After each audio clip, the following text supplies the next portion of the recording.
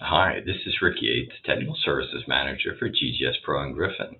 We'll talk about horticultural oils today, and whenever we're talking about pesticides in one of our videos, we like to remind growers that the label is the law when it comes to pesticides, and although we're going to talk about products we have a lot of confidence in, there sometimes and often are other products that are also safe, effective, and legal when used as directed. I use the subtitle of Horticultural Oils Worth Another Look for a good reason, and I'm well aware that some of you have had bad experiences from a phytotoxicity standpoint with horticultural oils in the past, and we're definitely going to address that in this video.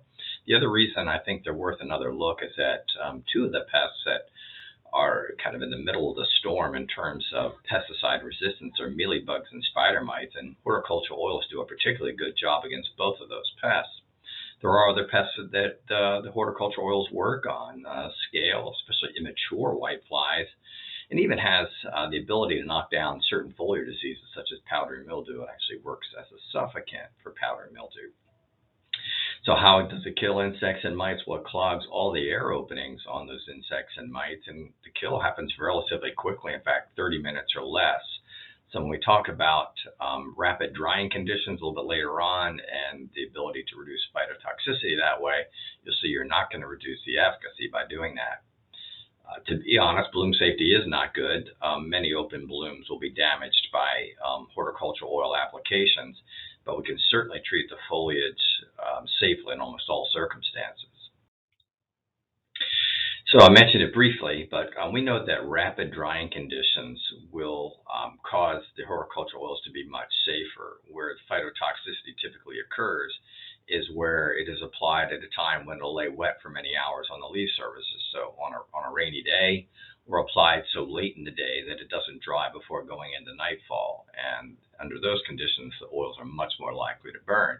It suffocates the cells in the leaves the same way it does insects and mites.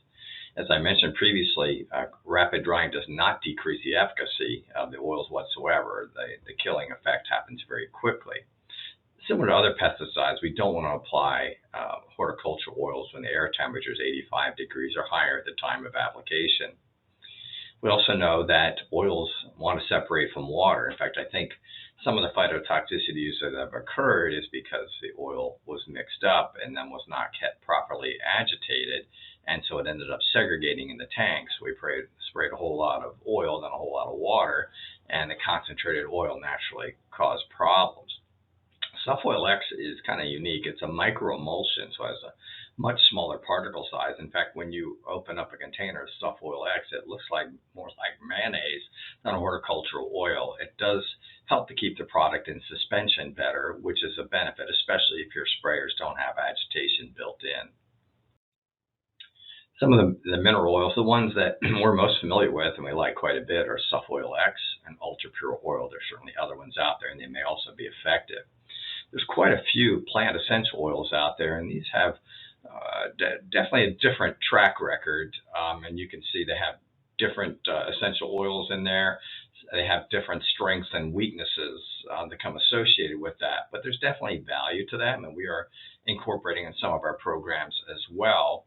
Picana is unique in that it's a horticultural oil. It's a canola oil, so it's plant-based, but it also has natural pyrethrins in it, which does increase the list of pests that it can control. Triax 70 at the end is from the neem tree. I think there's some misunderstanding about the neem-based oils. They do not contain azadirachtin, which is the active ingredient, the insect growth regulator. It's in products such as Azatin O and Azagard and azadirachtin and other good AZA products. It's actually, what's left after the process of extracting that active ingredient from the neem oil. So neem oils, in my opinion, are heavier and don't coat as well and are a little more likely to cause phytotoxicity than the other horticultural oils. And I would say give them a try for yourself, see what you think, but that would be my advice to you. All of these have edible crops on the label, and many of them are OMRI listed. So horticultural oils, including the mineral oils, can be used in organic programs. There's been a lot of press about plant dips using horticultural oils. I need to say, as of today, none of the oils are labeled as a plant dip. There's one exception to that. I didn't mention it. It is tetracurb oil, and GGS Pro is taking a look at that to see whether or not that is a product that we should add to our offerings. Suff Oil X may, I'll emphasize, may receive a revised label later this year. They would add plant dips, and that would change our tune quite a bit. As of right now, that's mired in EPA, and we don't know the outcome, so stay tuned for that. On behalf of GGS Pro and Griffin, we hope that you found this short video useful, and if any questions came to mind as you were watching it, you can reach out to us either by email or the phone number below. And if you have ideas for future presentations, please let us know that as well.